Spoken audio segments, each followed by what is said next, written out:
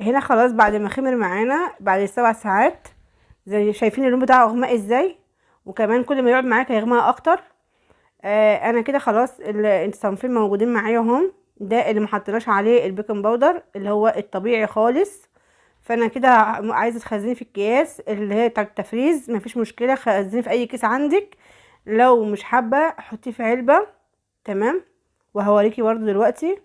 انا كده دي الكميه دي هتعمل معاكي لترين. تمام. بصوا كميه صغيره ازاي، بس اللهم بارك جميله، وهتعمل معاكي كميه حلوه.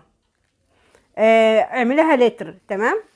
ودوقي العرق صوص، لقيتيه لسه مركز قوي ومش وطعمه تقيل عليكي، خففيه شويه تاني.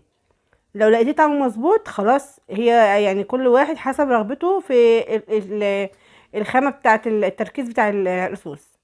يعني انت ممكن تحبيه تركيزه عالي او خفيف، مفيش مشكله.